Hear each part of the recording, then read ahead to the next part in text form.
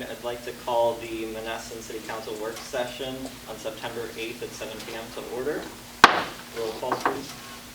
Councilman Wojciechowski? Here. Councilman Drager? Here. Councilman Coles? Here. And Councilwoman Thomas? Here. Mayor Sherrill? Here, please rise for the pledge of the flag. I pledge allegiance to the flag of the United States of America and to the republic for which it stands, one nation, under God, indivisible, with liberty and justice for all. I'd like to open the floor to public comment on agenda items.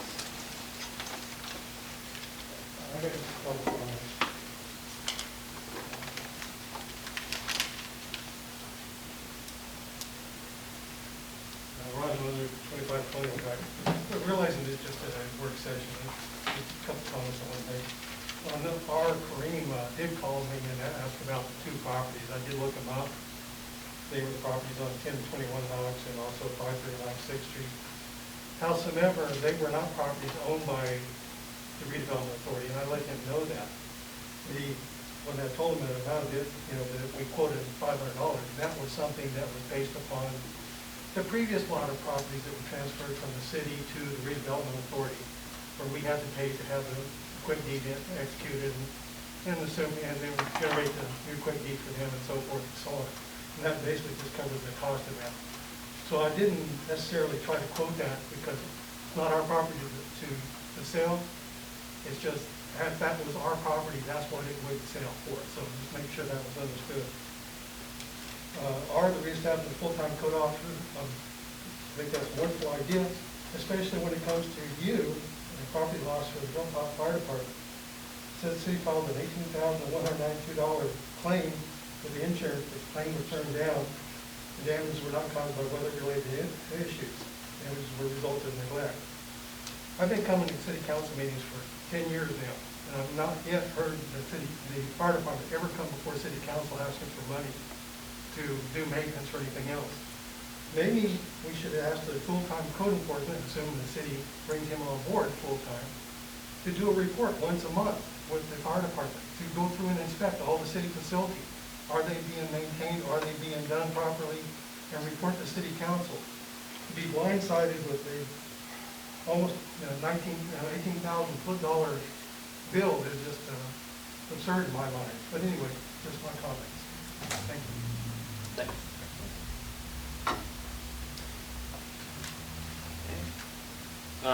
So we have items for discussion. I issued a proclamation on the 100th anniversary of the passage of the 19th Amendment and the local connection to that, and a proclamation on the 122nd anniversary of the founding of Monessen on September 3rd.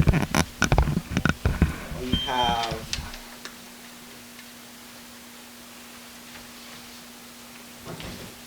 have a statement of goals in compliance with the National Program for Minority and Women Business Enterprise Executive Order 11625, the City of Monessen, and I'm just going to read this.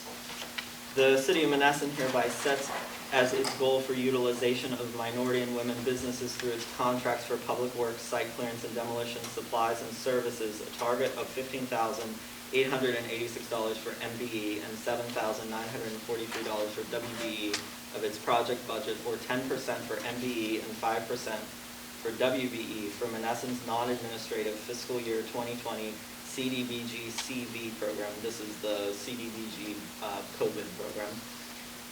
As part of the preparation of the contract documents, the City of Monessen will analyze the specific construction, site clearance, and demolition project, will determine for each specific CDBG contract goal and percentage amount which represents, in the judgment of the city, to be the maximum feasible involvement of minority and women businesses.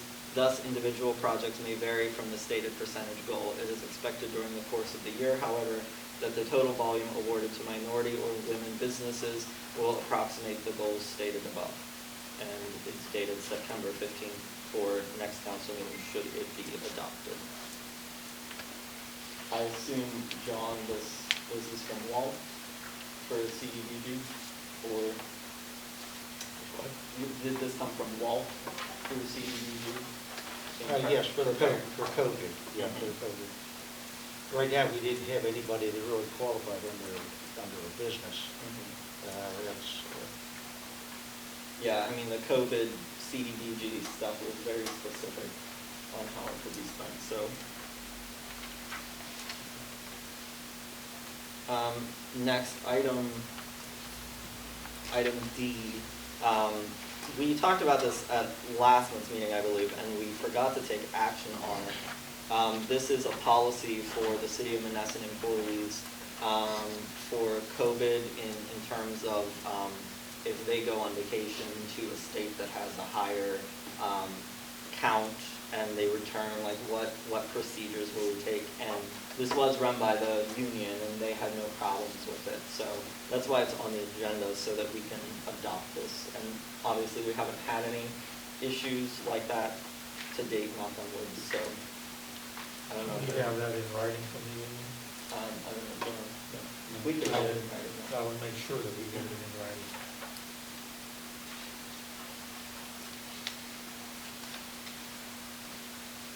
Mayor, I have a question on that. This, when I was reading through all this, it says, of course, what the city's responsibility is. I don't see anywhere in this document, and I don't know if we're doing it, and if we're not, is there a reason we're not, about checking temperatures, employees come in. We haven't been, but we can. I have no problem with that. I mean, I don't know if that's also something that we need to run by the union. I would think so, but, Yeah. I mean, God forbid But I someone think could come in and not knowing that they have over 100.4, because I don't check my temperature when I get up in the morning. Right. When I go into work, as soon as I come in the door, there's a check sheet, thermometer, infrared and everything, and if it's under a certain temperature, I check off that I'm okay. It's certainly difficult. Just asking, because I didn't see it in the wrong here. This doesn't provide across the board, so all employees to get their temperature screenings every day. Under the second section is where it would be provided if an employee is exposed to someone who's symptomatic or has an actual confirmed positive case, then that employee would be subject to the temperature screenings. But council could expand that to include all employees every day. That's up to council. Well, Tim, my question would be though, is on this one page, it states that, you know, if you have over 104-degree temperature, you're to go home. If nobody's taking your temperature, how do you know you have a 104-degree temperature when you come into work? Well, and that's where at number 2 it says that those are the folks that need to have their temperatures taken when they come to work by the city. So if it's an employee who's exposed to someone who's symptomatic for COVID-19 or has a confirmed case of COVID-19, the city will implement temperature screenings before an exposed employee or other affected employees may enter city buildings or work areas.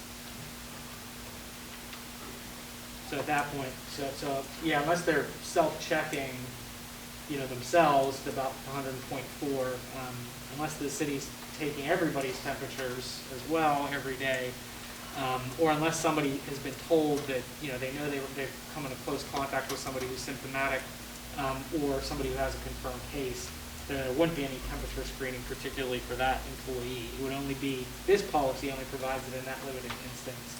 Once again, though, you could expand on that however you guys would see appropriate.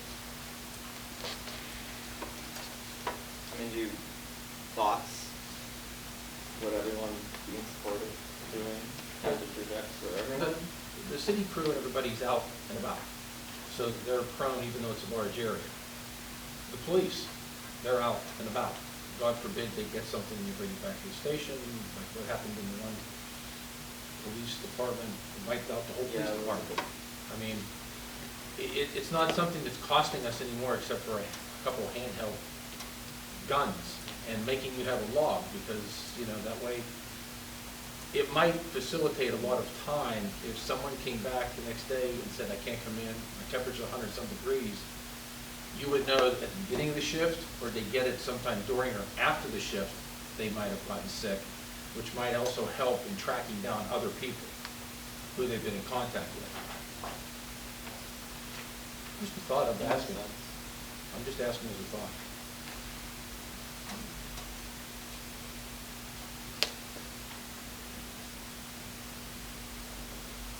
Anything else on this policy?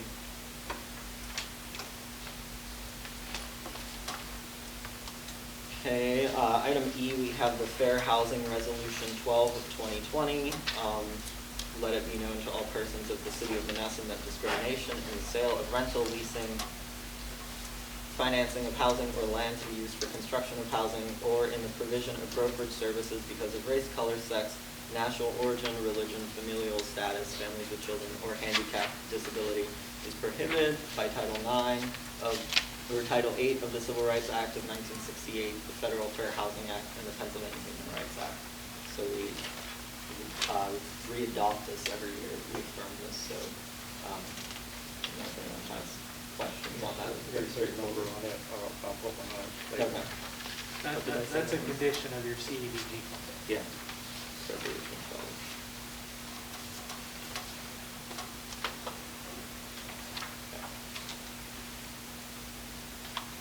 Next, we have a writ of execution approval requested by Portnoy Law Associates. Portnoy is asking whether council would want the city to be able to pursue legal proceedings to force the sale of someone's property who has a substantial unpaid balance. This may incentivize some residents to pay their garbage bills. So I know there have been some on the list that have been astronomically high. I think the highest one we saw was like $5,000.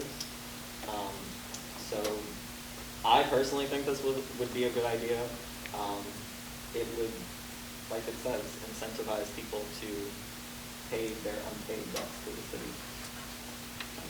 Anyone else's thoughts? Mayor, so it might need to be clarified, it may not be, but I'm not sure. I'd ask you, what is a substantial bill? Well, we would have, I feel like we would have to define that. To you and me, it might be $5,000. To someone else, it might be $10. No. Yeah. Yeah, if council is interested in giving this sort of approval, you would want as part of the motion to be whatever level council determines to be substantial, just so it's clear and there's no question, and there's uniformity across the board, for sure. Does anyone have any thoughts on what they think is substantial? Well, go ahead. Go ahead.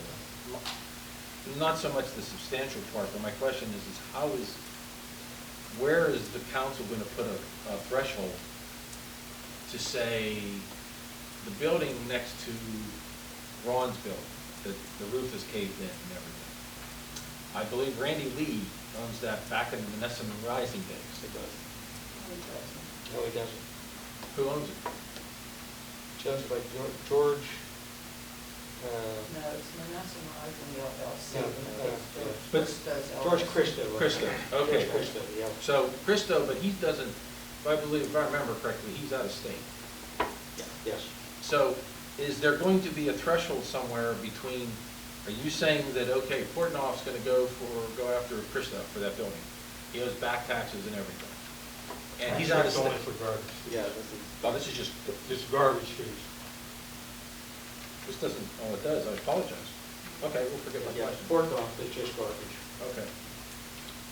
As far as I would be concerned, I think if you're more than 2 years in arrears on your garbage fees, you should be going after. And the third year, you should get a letter that this is what's going to happen. And that way, you don't let it get to the point where someone owes $5,000 because they've let it go for 10 years. I mean, you don't want to do this just to punish the people that owe these amounts. You want to incentivize them to pay this before it gets out of hand. Now, there are some businesses in town. I'm not going to mention who they are. One of them came in the other day and paid $4,000 because he found out that we were going back to Portnoy. He came in and paid $4,000 worth of garbage fees. And he's been going along with not paying it for years because he knew that they weren't collecting. He was told by individuals that, hey, we're not going after them anymore, so he just didn't bother to pay. Now that's an extreme sort of an example. There's also the person that just doesn't pay because doesn't want to, doesn't think it's fair. Well, after 2 years, the third year, I think you should go after them. well, just like the property taxes, the county gets involved after 3 years or Yeah. so. I mean, you can go after them with Portnoy before then, but if they owe 3 years, you should go after them as far as doing the sheriff's sale. Yeah, I mean, I think you're right, and it wouldn't get as out of hand as it was. What were we at, $600,000? Which you were in in 2015, when we did away with Portnoy, your delinquents in garbage fees was $220,000. 6 years later, your delinquents was, because they did away with Portnoy, everybody knew they did away with it, was $730,000 in delinquent garbage fees. And that's because the city just decided not to collect them. And we still have to pay that bill. You still have to Whether pay we the get that money or not. You were underwater last year, $40,000. We collected $40,000 less than we owe them. And that was just poor management. I mean, this should never have been let to get out of hand like this. And when I came in office on January 6th, by the 29th, when I had taken a look at the garbage fees, and I saw what was owed, I couldn't believe it. You had $500,000 out there that just would quit collecting for whatever reason. I have my suspicions, but I'll keep them to myself. But like I said, once this one individual found out that we were coming after him in Portnoy, he came down and paid a $4,000 bill. And as the treasurer said at the last meeting, we collected about $61,000 just by sending out a letter. Just by sending out the letter, letting them know that you were collecting, you collected $63,000. Okay. Yeah. Over and above what you collected last year. Right. In like a span of a few weeks. Oh, yeah.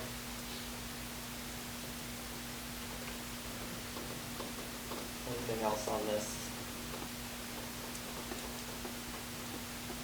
Okay, item G, city, Just going back to that, so you may if council wants to approve using writs of execution, you may want to consider one, a dollar threshold, and then also a delinquency period threshold, that somebody has to have had the delinquent bill going back X number of years. So to include both of those as triggers essentially, so, they have to check both of those boxes before they're subject to execution.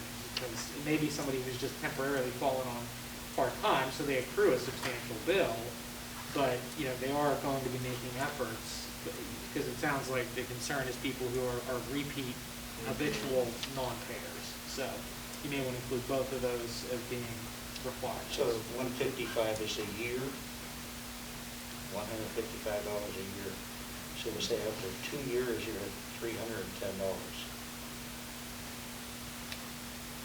And is that the same rate for commercial and residential? It's across the board, 155. So, yeah, you think you'd want to consider if you want it to be 1 year, 2 years, 3 years? I'd go what with that 3 dollar years. is. It's like you said, if someone is falling on temporary and hard times, they don't have the money, but if they make an effort to like pay a couple back year or something, they can keep themselves within that 3-year threshold where they don't get hammered by having us do a sheriff's sale. Or like you said, One of or the issues- possibly a cap, because if they are making payments, but they're not making the full 155, but if they're sending, $10 a month to go towards that, because they're making an effort every month, but the $10 a month would come out to be $120. 20, so that's what I'm saying, they're still not gonna be that's- up to date, but we gotta maybe have a cap on that, because if they're making an effort every month to send something, Oh, then they absolutely. are, we gotta look at that too. Oh, yeah, I mean, I wouldn't want someone to lose their house Right, over $100. Right, But also, we can't let it get to, Right, I agree with that. where it is now. Definitely.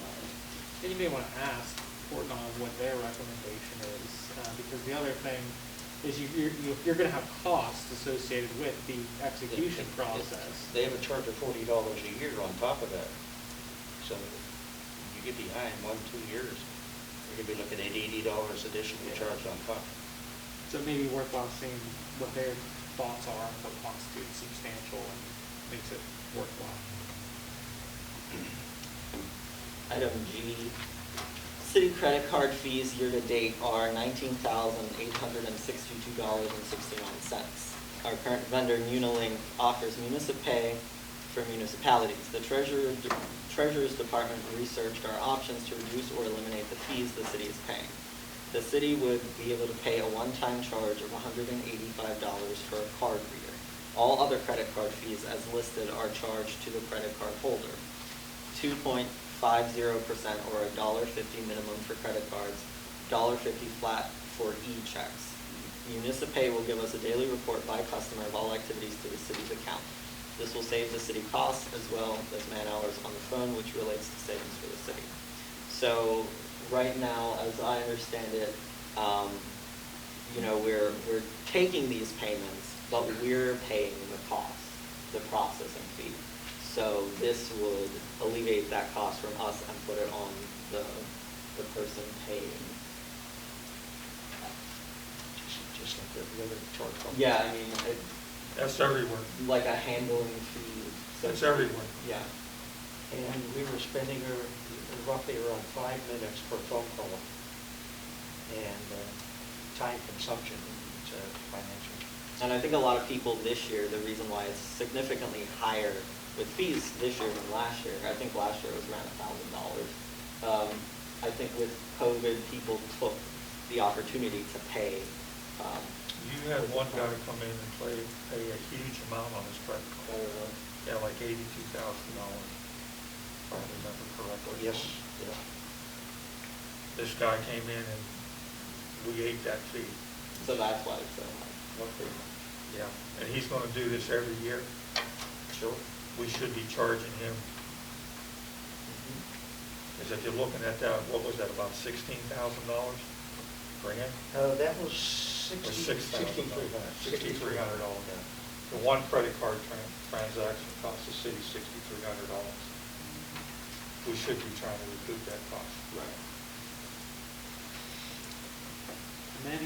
Many, if not most, municipal and government entities do have a system like this in place where the person using the card is paying all the fees associated with it because it's Many convenient. businesses do it on a regular basis.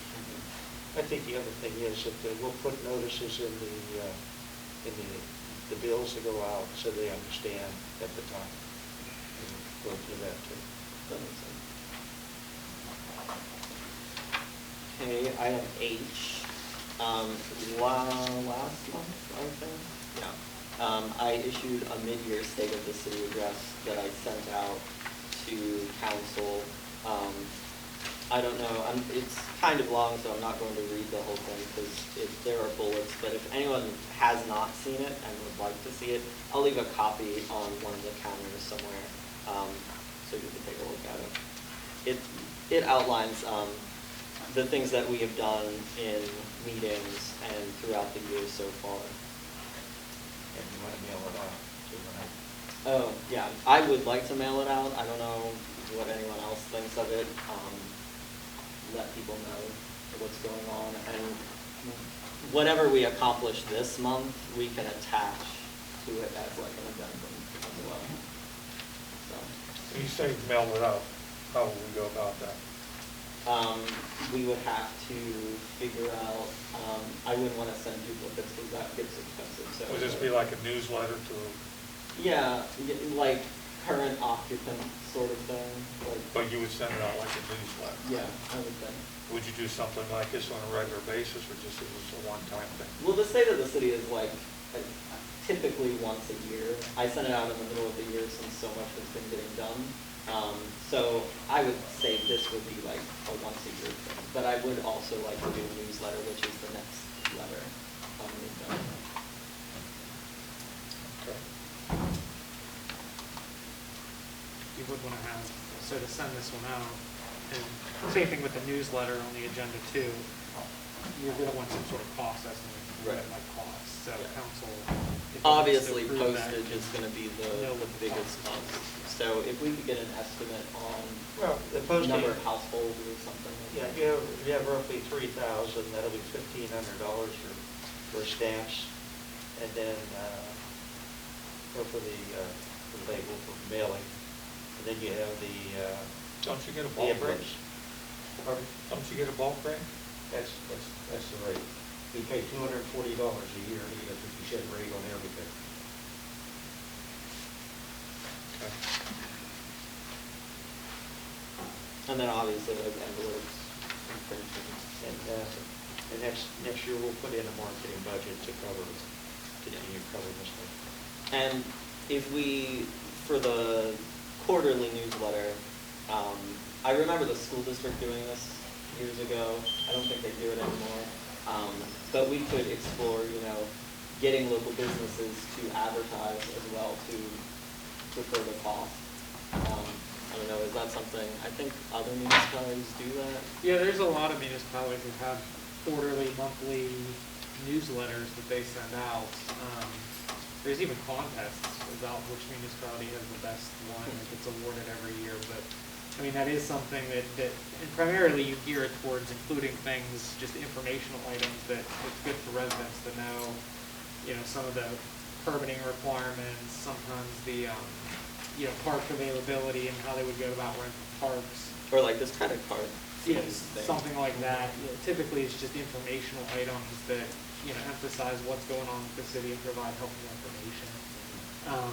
That's typically what you see. And there's a lot, if you just do a quick online search, you can find a lot of what those newsletters look like and what other municipalities are doing on a monthly or quarterly basis. Yeah, I've seen Mount Lebanon's. Theirs is very fancy, so obviously we would not be to that degree. Theirs is a magazine. But yeah, they include helpful information, and it's a lot of stuff that people call about too, so I think it would alleviate that as well, and then they have all the information in place. So we'll need an estimate on cost.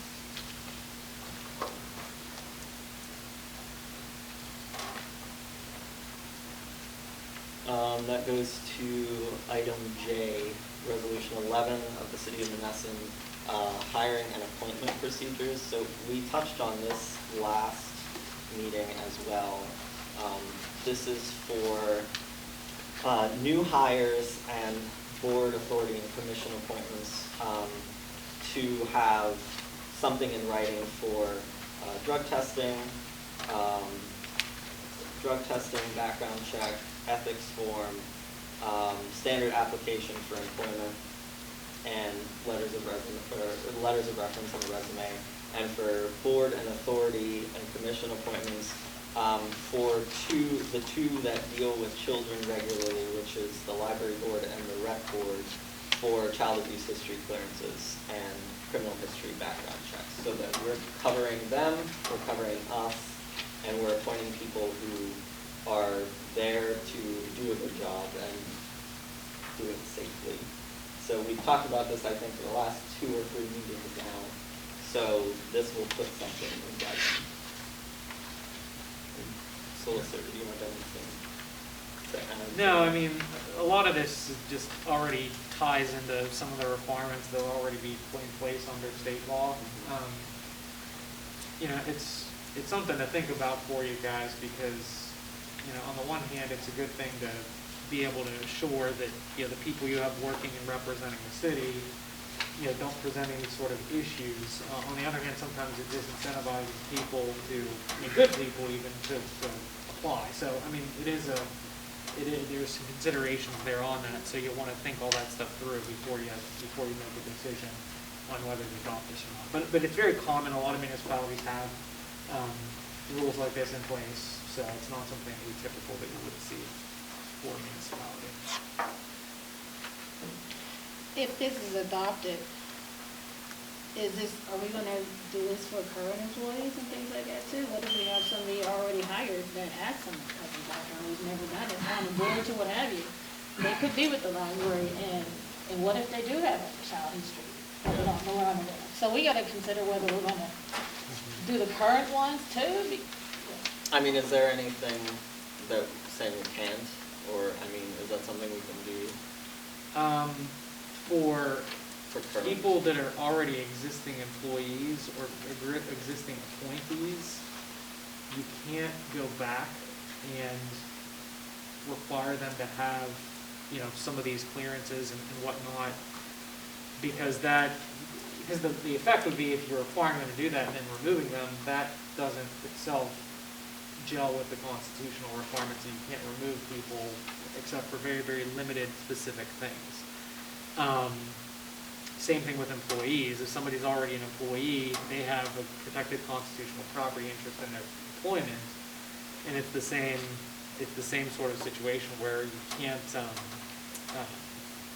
can't tie their continued employment to them doing something that wasn't a requirement when they were first hired. Now, if some of these things were requirements when people were first hired or first appointed, or given their job responsibilities and continuing job responsibilities, you could require them to get those in place because they're required anyway. So, example is child protection law, or child protection services law. So the child protection clearances, if somebody's working with kids on a regular basis, they should already be getting that anyway. So that's where As a section condition. 2, paragraph So- 4 would apply. Yeah, so So we could go back underneath the child protection, some of that because stuff, they should have yes. done it in the first place. Some of this, though, would not necessarily be stuff that could go back retroactive.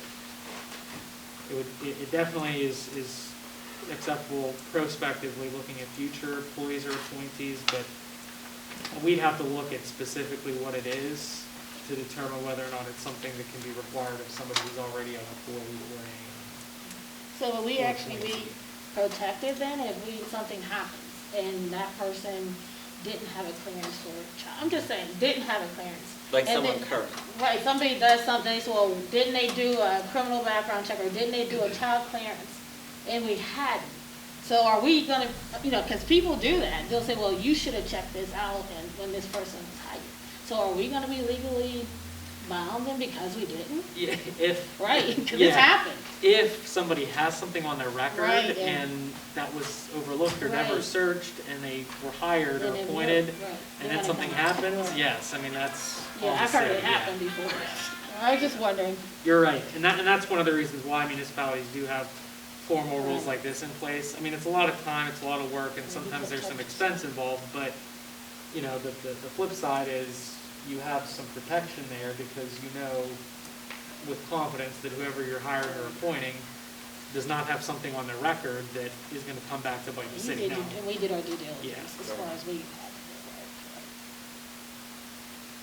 had to do. And obviously, just doing the background checks is no guarantee that somebody That's isn't gonna correct. do something Yeah, anyway, that's but true. it covers you exactly like we said, from something that somebody may have done in the past that would have Right. already been on the record.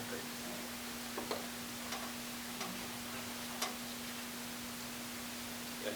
Item K, we'll have the final reading of ordinance number 8 of 2020.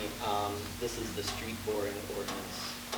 It's amending, this is the one that we don't have in ordinance number 4. I believe it was December of 2016, that ordinance that we're amending. There was no number attached to it. But basically adding to this about going under the street and boring, because you're still disturbing earth, and even if you're not opening the road up, you're disturbing the earth. So, I think anyone has any questions. I don't think you had any questions last time. And then we'll have item L, final reading of ordinance number 10 of 2020.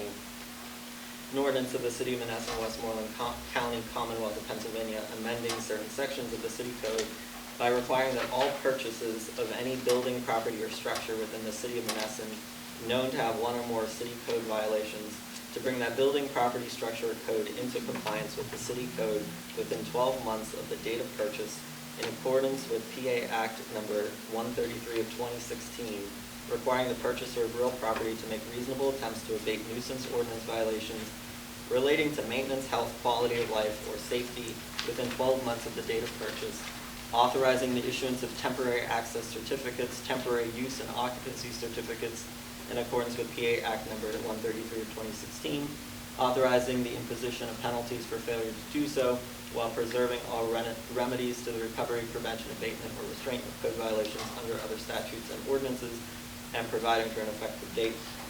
And again, we touched on this last meeting. This is the second reading, but basically, any property purchased by anyone in the city that's not in code, up to code when they buy it. This would require them to bring it up to code within 12 months. So this will hopefully bring an end to people buying properties for tax write-offs, people buying properties to sell drugs out of, people buying properties to flip and not do anything with them, because we have a lot of properties from out-of-state buyers, a lot of properties from local buyers that just let them sit. So this will give us another tool. And this doesn't undo any of the current code requirements or ordinances that we have in place. This is just an extra tool. And this is, we have to opt into this. This is PA Act number 133 of 2016, the Municipal Code and Ordinance Compliance Act. So this would be us opting into it.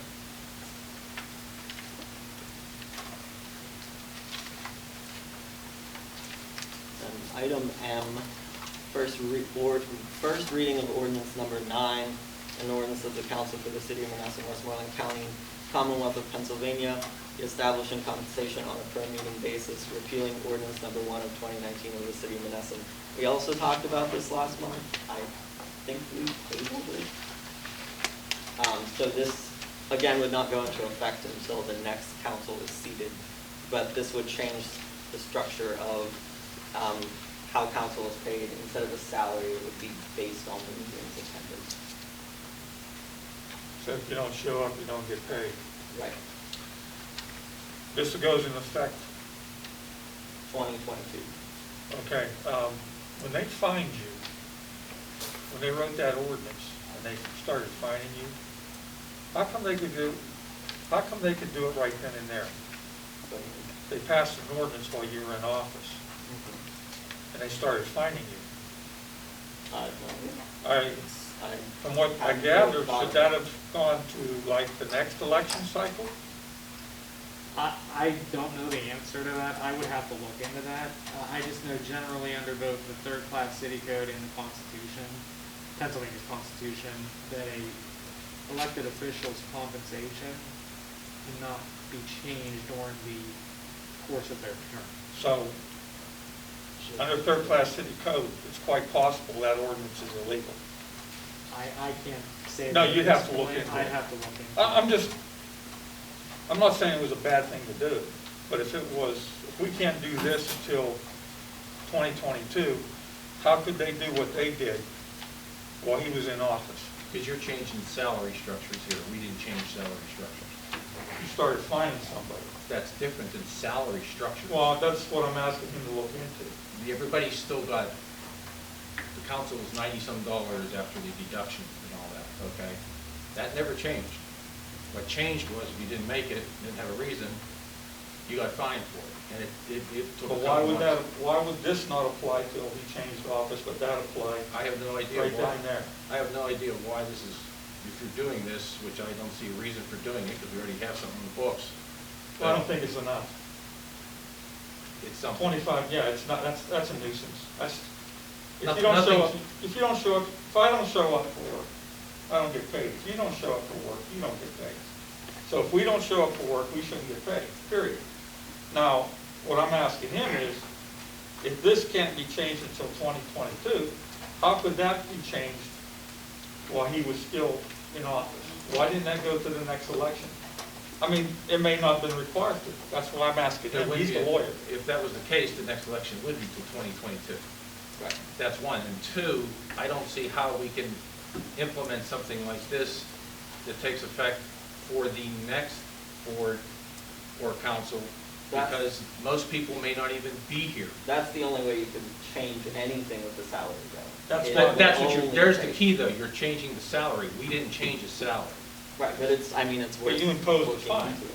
But it's different than changing your Well, salary. that's why I'm asking him. Yeah. He's a lawyer, and I want him to tell me if it was done. I'm just giving you the properly. facts, well, I No, know. you're telling me what you did. That's exactly right. That's what And you want to know. that's fine, but I want to know if it was legal. Well, my question is what good is it? What good is it when you want to change the salary structure, depending if you can make it or you don't have a good excuse or something, when, let's just say for argument's sake, this passes, okay? In 2022, 90% of council isn't here anymore. All they have to do is look at this and go, no, I don't think so. Guess what? We just did a new resolution. This doesn't happen. And it would change for the next council again. I don't know that answer. Well, that's why I asked the lawyer. That would be the case, because once again, it falls under the people that are sitting here can't make a decision on their own compensation or make any changes to their own compensation. So in that instance, the example that was given, they couldn't revert back or repeal that prior ordinance if it affected if it affected their current compensation. But the fining affected the current compensation. I would honestly have to look at that. If it's a fine, there may be a distinction there between the fine itself is an assessment, it's a penalty, so it's not compensation itself. I can't answer that off the top of my head as to whether or not that was or wasn't. Well, that's why I asked you. So in effect then, we're making decisions for something that's not even gonna affect what's happening now.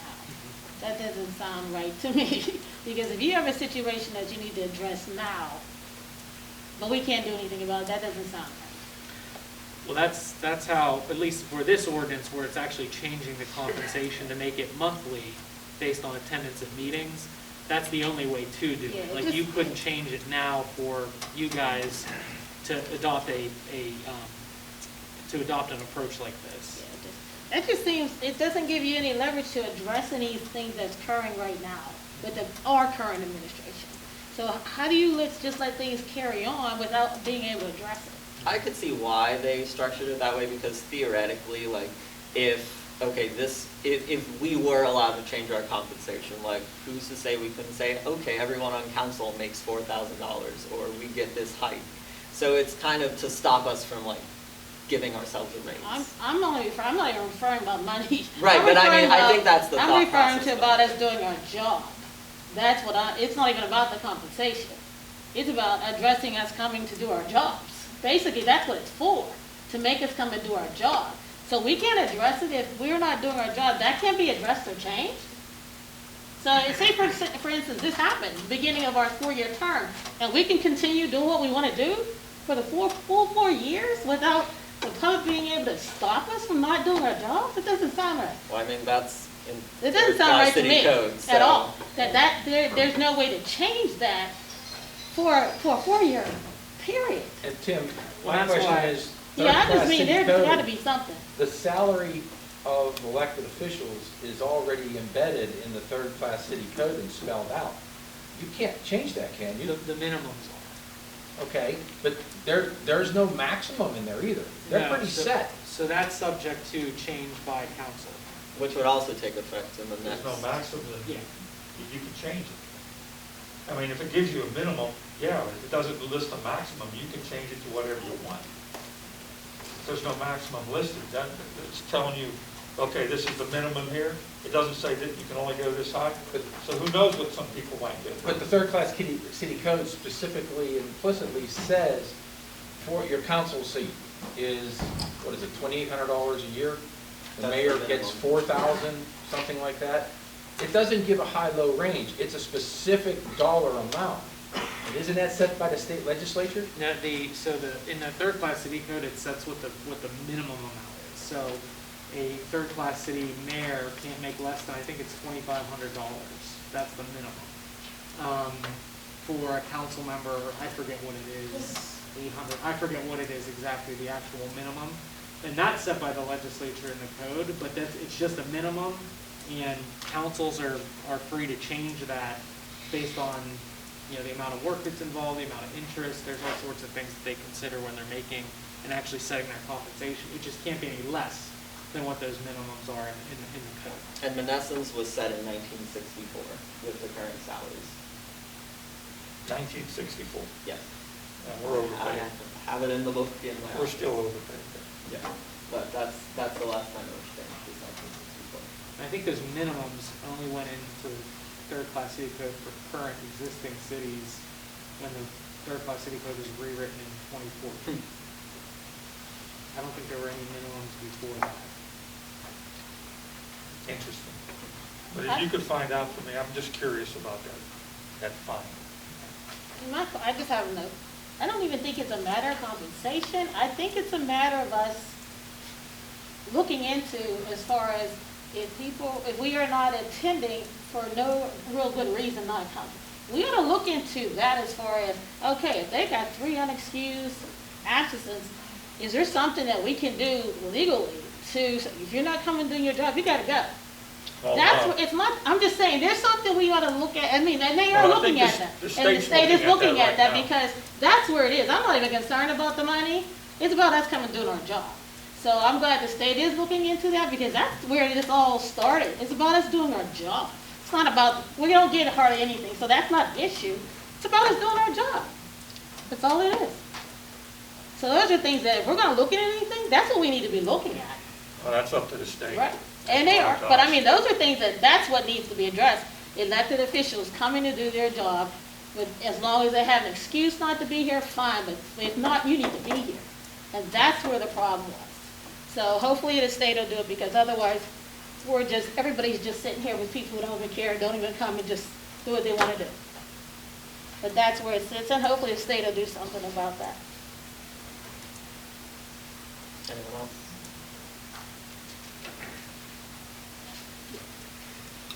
All right, item N, the first reading of ordinance number 11, 2020, an ordinance of the city of Monessen, Westmoreland County, Commonwealth of Pennsylvania, establishing requirements for the registration of vacant, abandoned, and foreclosed real property within the city of Monessen, providing for regulations and enforcement, assessing fees, violations, and penalties, and establishing a blight fund.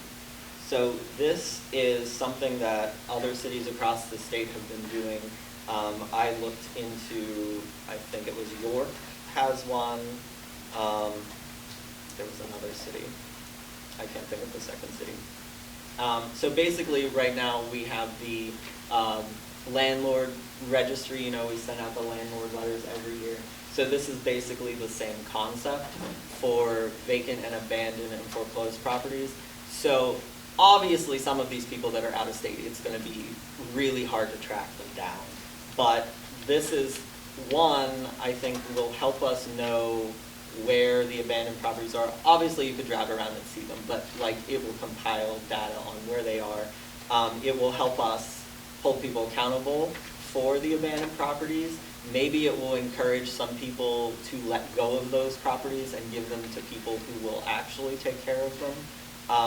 And the proceeds from this will go to create a blight fund so that we can do demolitions outside of CDBG. Now, it would take a while to build up that fund, but this will help us, like, if we have an emergency demo that needs done, then we'll have earmarked money that we can then use for that. Let me think. There were other highlights in here that I'm going to touch on. So I talked about the registry. So obviously the treasurer's office would take the payments, the code office would do the letters, like I said, similar to the landlord letters. And it's just going off of maintenance requirements that we already have on the books for property maintenance. So this is like the other ordinance that I read earlier, the 12-month ordinance. This would not undo any current property maintenance ordinance that are on the books. This is in addition to, and then it would put a fine on there. And it would also allow the city in extreme circumstances to fix a problem on a property and then lien the property for the cost, including the time that it takes, like employee compensation and that sort of thing. And it would also create, for the fire chief, the code officer, the police, it would create an immunity for anyone that has to physically go into that property for a specific issue. So that then an owner of a vacant property can't come back to like the code officer and say, you were trespassing on my abandoned property. Because I feel like that would happen.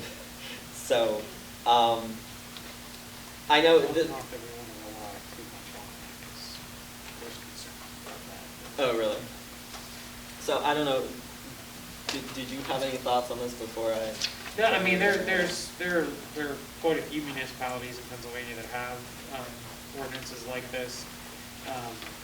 You know, it's another tool to identify and keep track of problematic properties.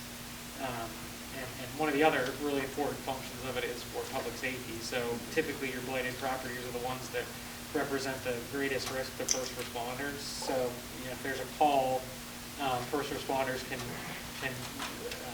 refer to the registry at times to determine whether or not it's a very badly blighted property, and they'll know then that there shouldn't be anybody living there, it should be vacant.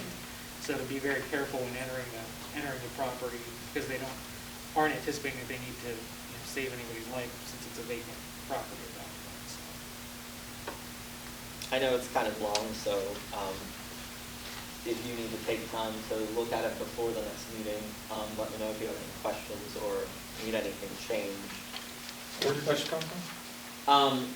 So it was inspired by the city of York, and there was another city, and I can't think of which city it was, but there's a couple of them across the Commonwealth. There's a lot that happens. Really? There's a lot that happens. Yeah.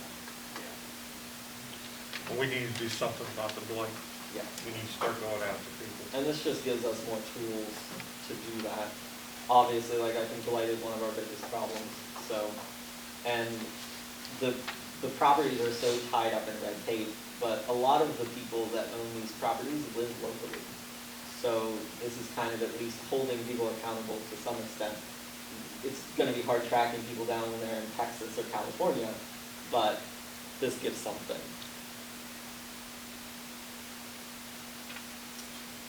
Let me know if you have any questions after you look at it more closely.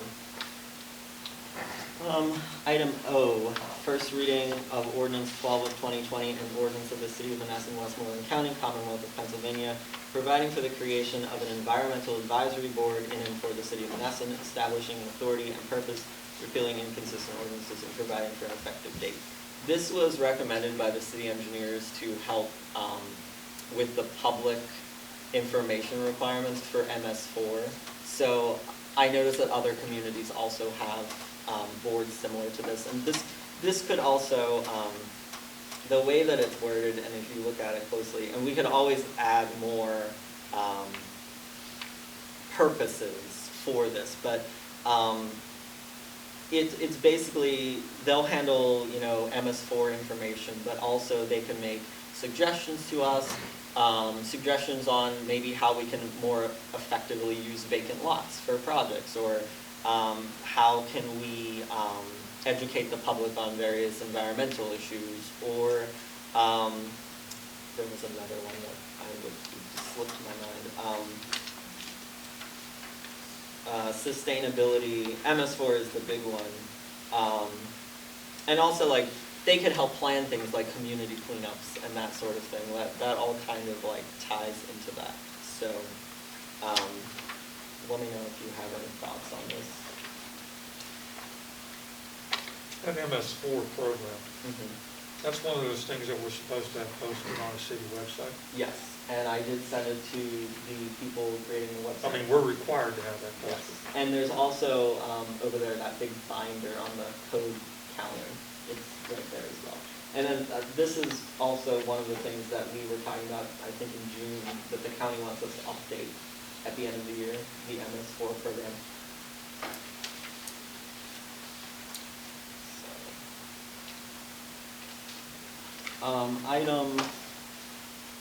Item P, Westmoreland County Real Estate Tax Office sent information concerning the proposed sale of tax map number 2002060047, which is 1017 Knox Avenue.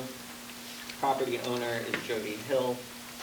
Amount of bid is $838.38, and the prospective buyer is Kareem Strong and Wapon T. And then I'm just going to read item Q because I think they go hand in hand. The Westmoreland County Real Estate Tax Office also sent information concerning the proposed sale of tax map number 2002060248, which is 533 6th Street. Property owner is Clifford Martin. Amount of bid $728.22. Prospective buyer Kareem Strong. And also part of the same topic, item R, Kareem Strawn has contacted the redevelopment authority to purchase the following properties, the same ones that I read above, and as Mr. Mosher stated in the beginning of the meeting, they are not owned by the redevelopment authority, so just clarification on that. Does anyone have anything? They're not the same property. No, they're Oh, not. oh, They're I'm totally sorry. different. They're two different properties. No. The two. Oh, 539-6, okay, sorry, same streets. So the, under item R, those properties, tax map number 20-0206-0048-1021 Knox, which is a vacant lot, owned by the city of Monessen, and tax map 20-0206-0249-539-6, which is also a vacant lot, owned by the city of Monessen. Sorry about that. I saw the streets. Is there anything on that?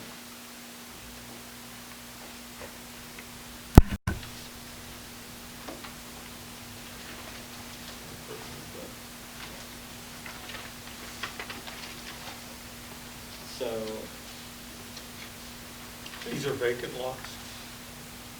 The two to the county are actual, they're homes on the lots, okay? And that's why they were separated. These two, the bids were put in on them for these two, and the county is sending it to the council for approval of the sale of these lots. And they actually, they'll go through the redevelopment authority for final sale. And then the next two lots are vacant lots next to the two properties that you have built structures on. oh, Okay, so they're, These two properties are vacant lots. These are Right. so the, yeah, There's 4 properties. yes. so I can't place the one on Knox, but the one on 6th is, there's the corner lot and then there's a yellow brick building. Corner lot, Are those the two? and he's purchasing the building next to the corner lot. Right. So that's sort of like our side lot program. That'll be like the side lot program, Right. basically. What kind of structures on these ones? You have a house in 1017, and you have a Commercial building. two-story building on Was that like a on commercial 6th Street. building? Pardon? Is that like a commercial building or just a? Yeah, it was a commercial building at one time. You had a laundromat in there, they had a barber at one time. The Sons of Italy sets back in from there, Next door. okay? I have a question. The second reading of that ordinance about the bringing things up to code, would that apply to these properties? It depends on when it all goes through. I mean, it would be on the next. That would be on the Well, 5th. both of them would be at the same time. The ordinance, for bringing properties up to code goes into effect immediately after adoption. Oh, so that would apply to these. That is then. Okay, just curious.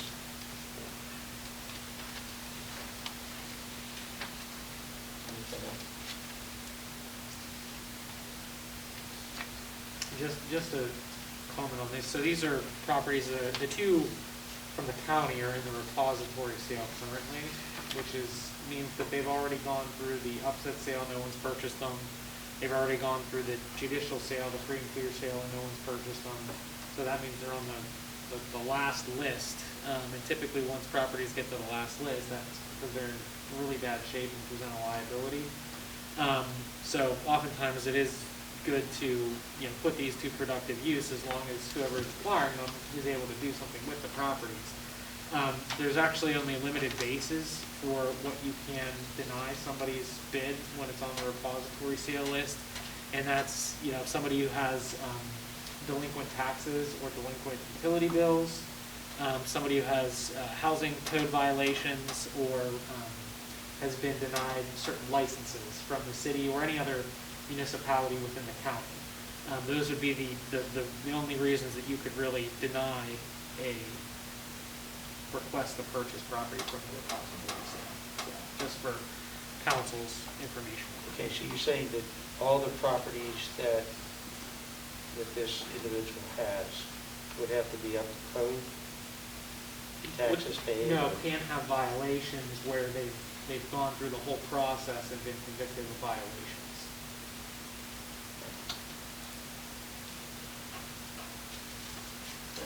That's good to know. I got a question. So are we gonna, is it gonna be the same, say for instance, someone bought a large apartment building. Okay, they have maybe 20 apartments there. And then someone just buys a house.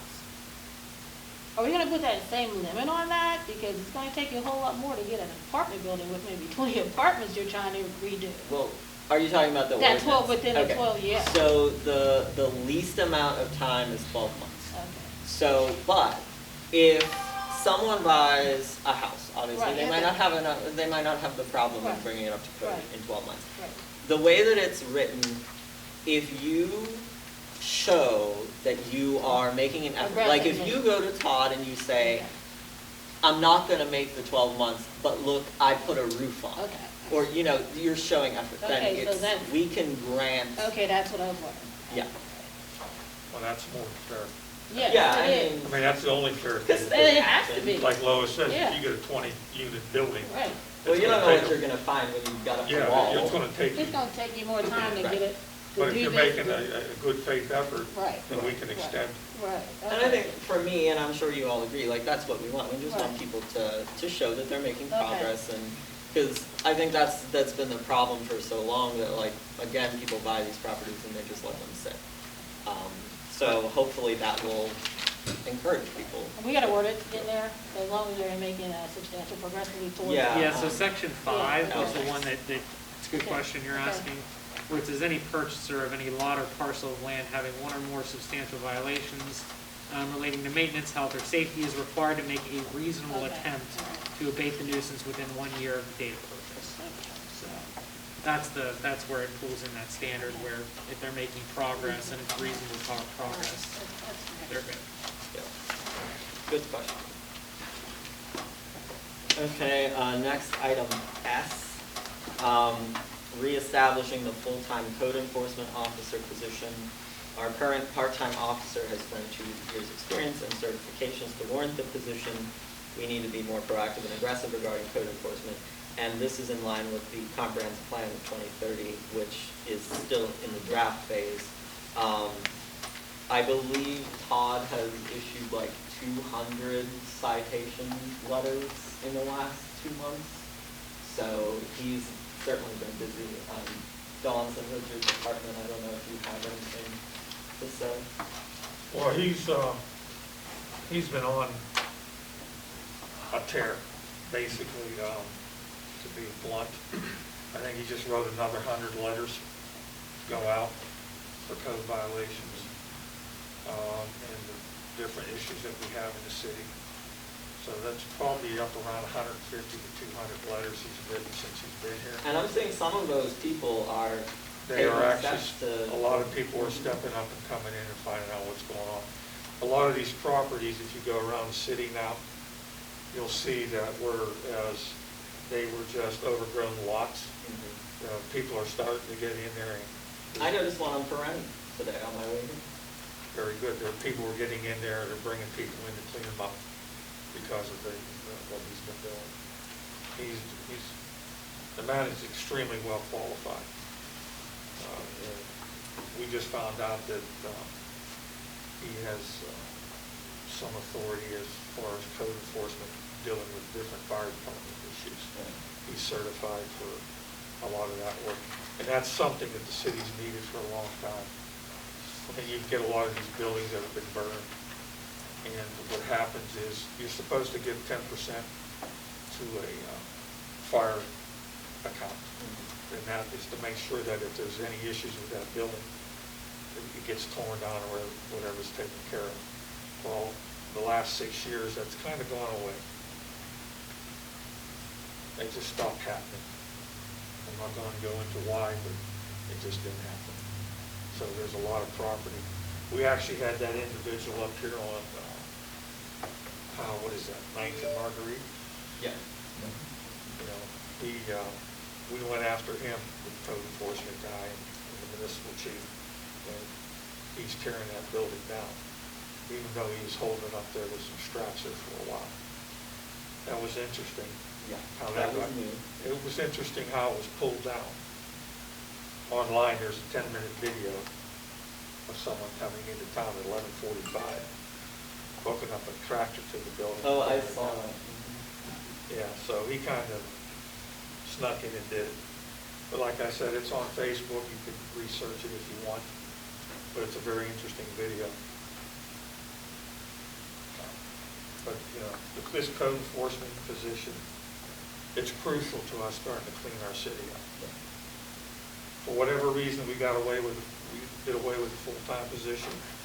I really and truly think that if you go back and you look at the history from then when we did away with this position, you would see why we're in the position we are now. Do you know when it was done away with? I don't. Off the top of my head, no. I know, I can't even remember the last full-time person. John, you have any? We had 2 part-timers at some point. I mean, aside from Marvin and Yo-Yo, we've had, I think, in the past. You had Mark Colombo and Tony Snyder. They were both part-time. Before that, I can't even remember. Vitale. Pardon me? Vitale. Larry Vitale was the last full-time person. What year was that? Do you recall that? That was during your administration? 2010. I think that was his last year. Wasn't Richard full-time? Yeah. No. So, No, Rich wasn't full-time. He did not be full-time. so obviously we have to, if we do this, we'd have to come up with a proposed salary as well. You will want to, just going on a note about the fire insurance, those issues that come up, you may want to, well, you will want to update the city's listing with DCED for their fire escrow ordinance. I'm sorry, I didn't hear that. The fire escrow ordinance, the city will want to update its registration with DCED for its fire ordinance because it currently has an old address.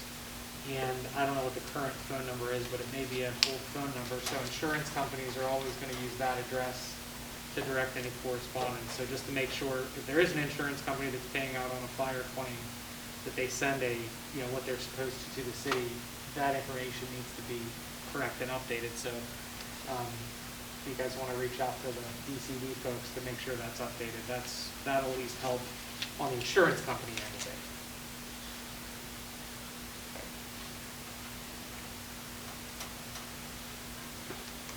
Anything else for S? Okay. Item T, river launch safety, we're looking into the replacement of the gangway to the boat launch, which is $8,500, and the replacement of the fishing dock for $8,800. That fishing dock is the one that floated away in the flood. I don't remember which year it was, but the river was level with the parking lot, and it just lifted off of the pole and floated down the river. The gangway, we looked at repairing the gangway. We went to Rick's Custom Policy. He's one of the few people around that can weld aluminum. And what was his quote? $6,500. $6,500 to just repair it. And this was $64.99 for a new one, plus the hardware. So he knew hard. What's wrong with the gangway currently? Oh, the safety rail's been ripped off. Oh, Yeah, so someone walking down the gangway, there's no safety rail, they can fall in the river. It might be a lawsuit. yeah, probably. The replacement dock, fishing dock, the replacement for that. Yeah. Yeah, that's, The docks are supposed to be taken out every October out of the river. They're not supposed to float away. That's what happened. I think that's a given. I'm just curious, that wouldn't have been covered under insurance? May have been. I think that happened in 2016 or 2015, somewhere around there. I think it was, we had a big snowstorm and then it rained. We had a snowstorm and these things were still in the river. Yeah, this should not have been in the river at all. The river, because I have pictures. It's neglect, that's what they call it. I have pictures, the river was level with where the benches are, on top of the barges. And I'd like to say that that's a once in 100-year flood, but at this rate, probably not. You've been having a 100-year flood every 5 years. Yeah. I know the engineer that told me that. This has been one of those really wet periods in our history. So if it didn't get destroyed in the flood, someone got a really decent dock when it floated up the river.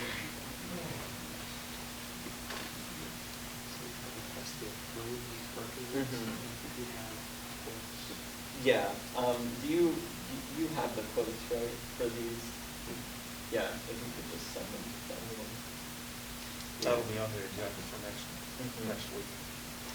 And then, item U, You've got to have the quotes. the quotes, yeah. Item U, property loss notice for Hilltop Fire Department. The city filed an $18,192.94 claim with our insurance company. The claim was turned down.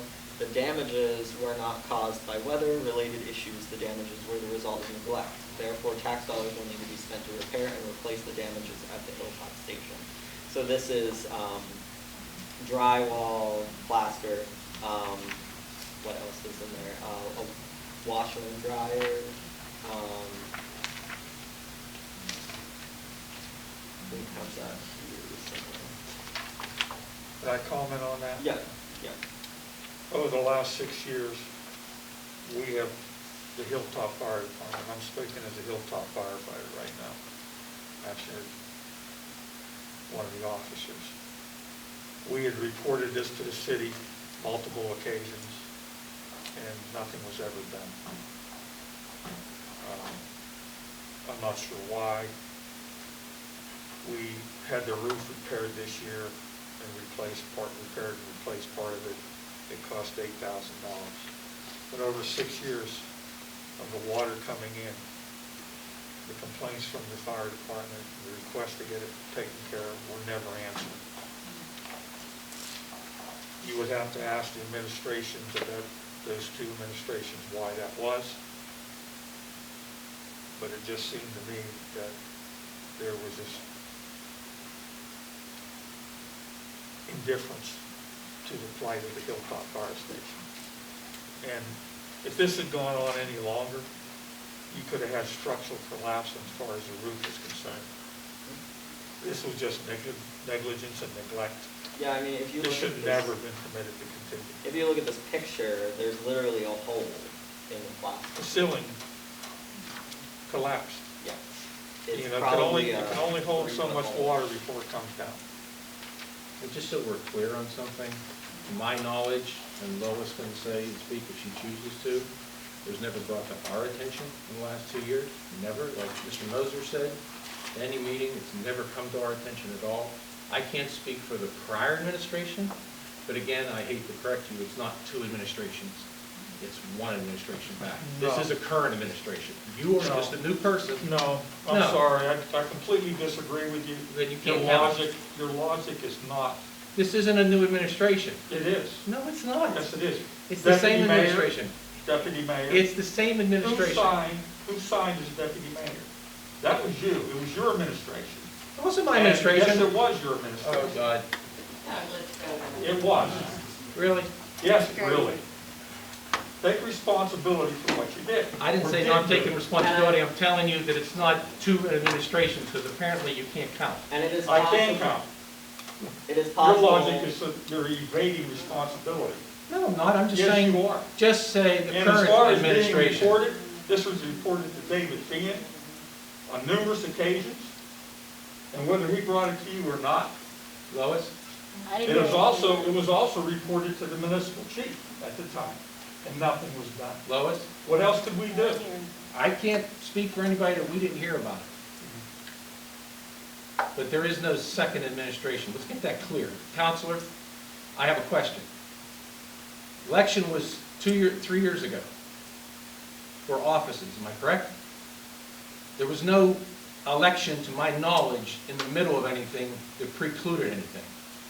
So there is no in-between administration. Let's be clear about that, am I correct? Yeah, so administration. Be clear. There's no, administrations aren't that's not a legal term. So I'm just so aware of everybody's that. clear, that's not a legal term. And most often administrations are deemed by the term of the presiding officer, so the mayor in any case. Some people use it anytime there's a change in the composition, that's a new administration because it's different people. It's not a legal term, and I've seen it used both ways. And there was no change in anything? Well, There just was a lack of representation. I'll leave it at that. Midterm election, but that's irrelevant to this. And in the middle of the election was Mr. Gregor. Correct, Exactly. but he is There right. was no that two this- administrations. he is Let's right. get that straight. He is right that this should have been. No, addressed. it's done. No, it's not done. It may be done with you, but as you said, it's not a legal term. It's how people interpret it. I interpreted that you had the administration because you were the one signing paperwork as deputy mayor. Well, if I didn't sign anything, nothing would have got No, done that's- because the mayor wasn't here. Well, that might be true. So- That might be true, but it was your administration. No, it wasn't. Of course not. Of course not. Of course not. Because So, since this Hours. wasn't taken care of for 6 years, we need to take care of it now. And it should have never gotten to the point. No, it should that never it have got gotten to this to. point. I mean, that's city property that was just neglected. Yes. And, how can people expect us to go out and enforce other people's property when we're not taking care of our own?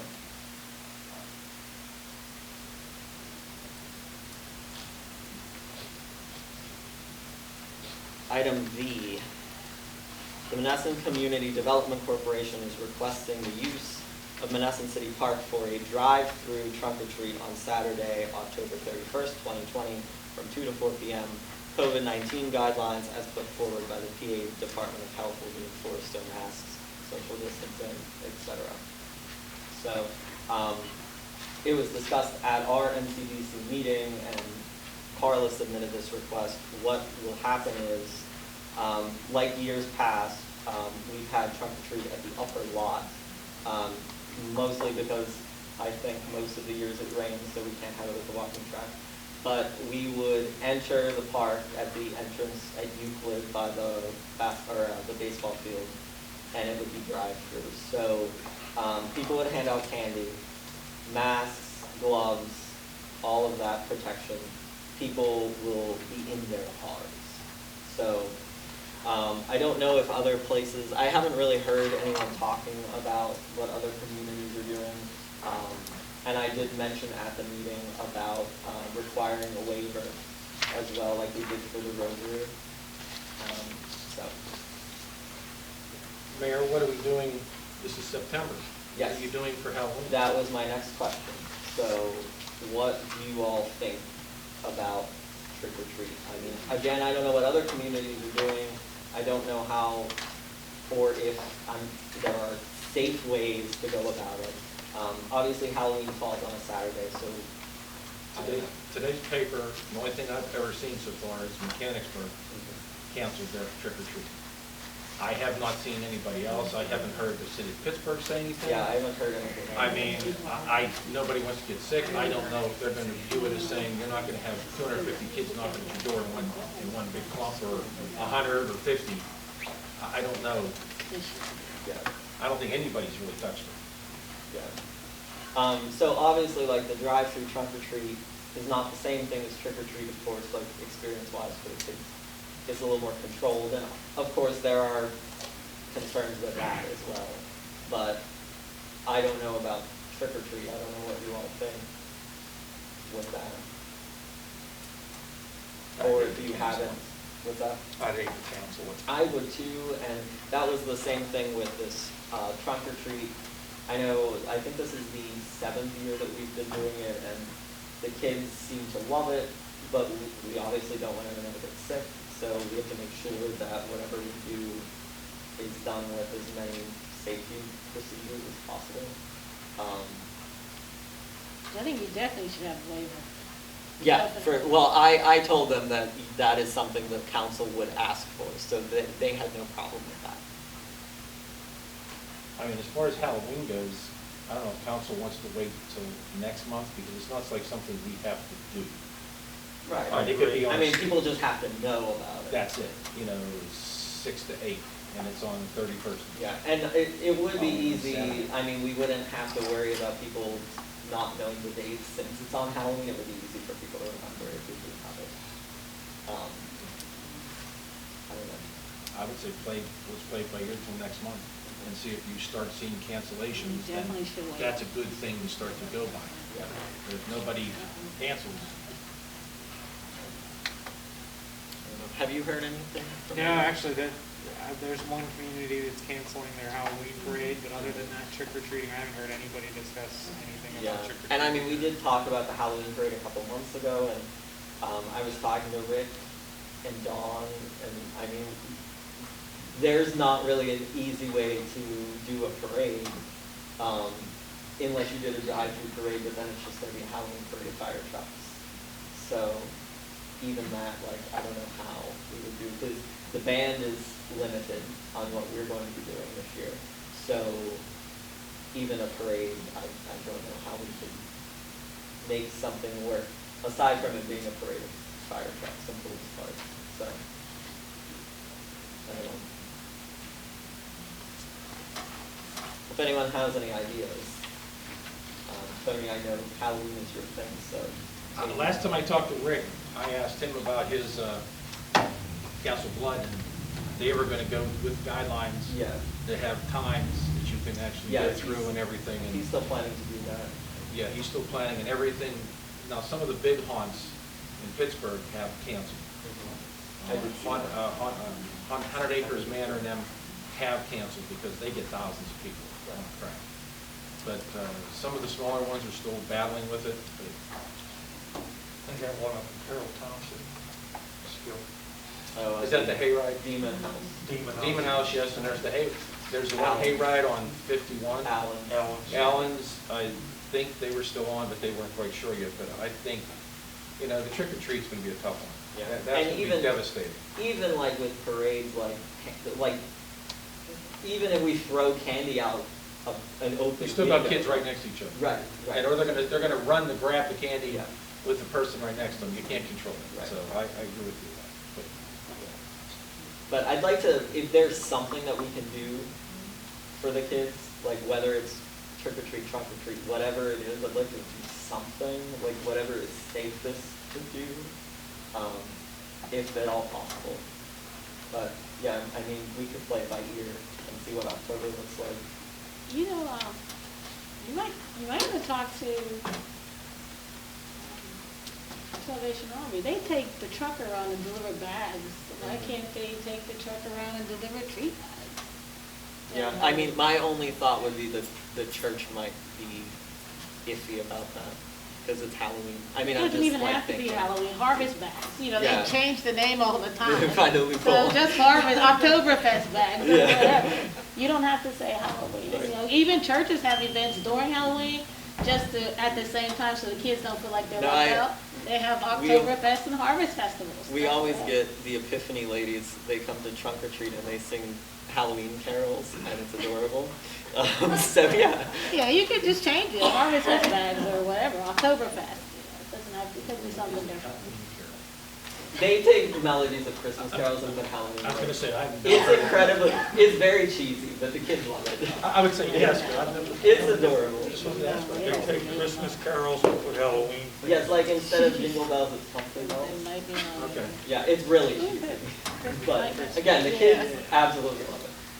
So, all right.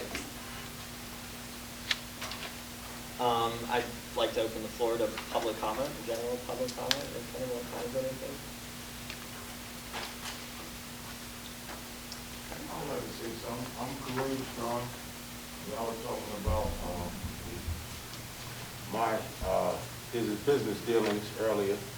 And I'd just like y'all to know that, the person who's buying the houses is, I bought them for my son. I'm Kareem A. Strong. That was Kareem G. Strong. So if anybody's looking for any reason to deny anything, he's totally clean. I'm totally clean. All right, I just want to let y'all know that. There's no reason to go looking up no dirt for me or my son. Thank you.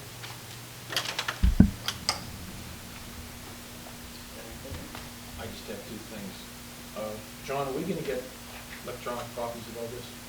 Because we didn't get an agenda tonight. You did? You didn't get it? No, we didn't get an email, we got nothing. He sent an email. I got it. I didn't get anything, and I actually sent an email this morning where everybody was I saw your included, email. and we never got anything They back. were sent out. He sent it. Yeah. I didn't get anything on my work I or got my it. city. I asked sent- Lois, and he didn't get it, and Tim asked me when he walked in, he says, did you get anything? I said, He "No." sent it at I didn't send him, 4:15. but I sent it to. Yeah, 4:15 to Lois, me, Tony, Gil, and Dawn. Yeah, I got it. I didn't get on Yes. either, I have two emails. 4:16. I have a city email and a work email. I didn't get anything. I didn't get anything. I sent it off. Because I got it, I was at work. I didn't get anything. Lois sent me an email and I sent it back on her email. If you, when you get home, if you check and you don't have it for whatever reason, let us know, because, I mean, ever since we did that Microsoft update, the email's been weird. So, let us know. Because I think I emailed him just when I got done with work. It was probably around 4:35, and I said, did you get anything back yet? Yeah, he sent I this at didn't get 4:15 or so, so. And I know it was about 4:30 when I emailed him.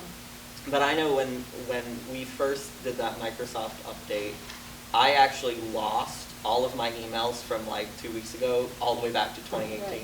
So it's been weird ever since. So yeah, check and see I'll if check. it's I was not there. curious. Yeah. And then if it's not, send an email and say, Right. hey, I don't have it. And my second question is, I happen to notice, did we get a new copier? Yes, Did we get? they switched. Just one for one? Yeah. Would we have to re-enter into a contract? Because I know we couldn't get out of these contracts no matter what, or whatever we tried.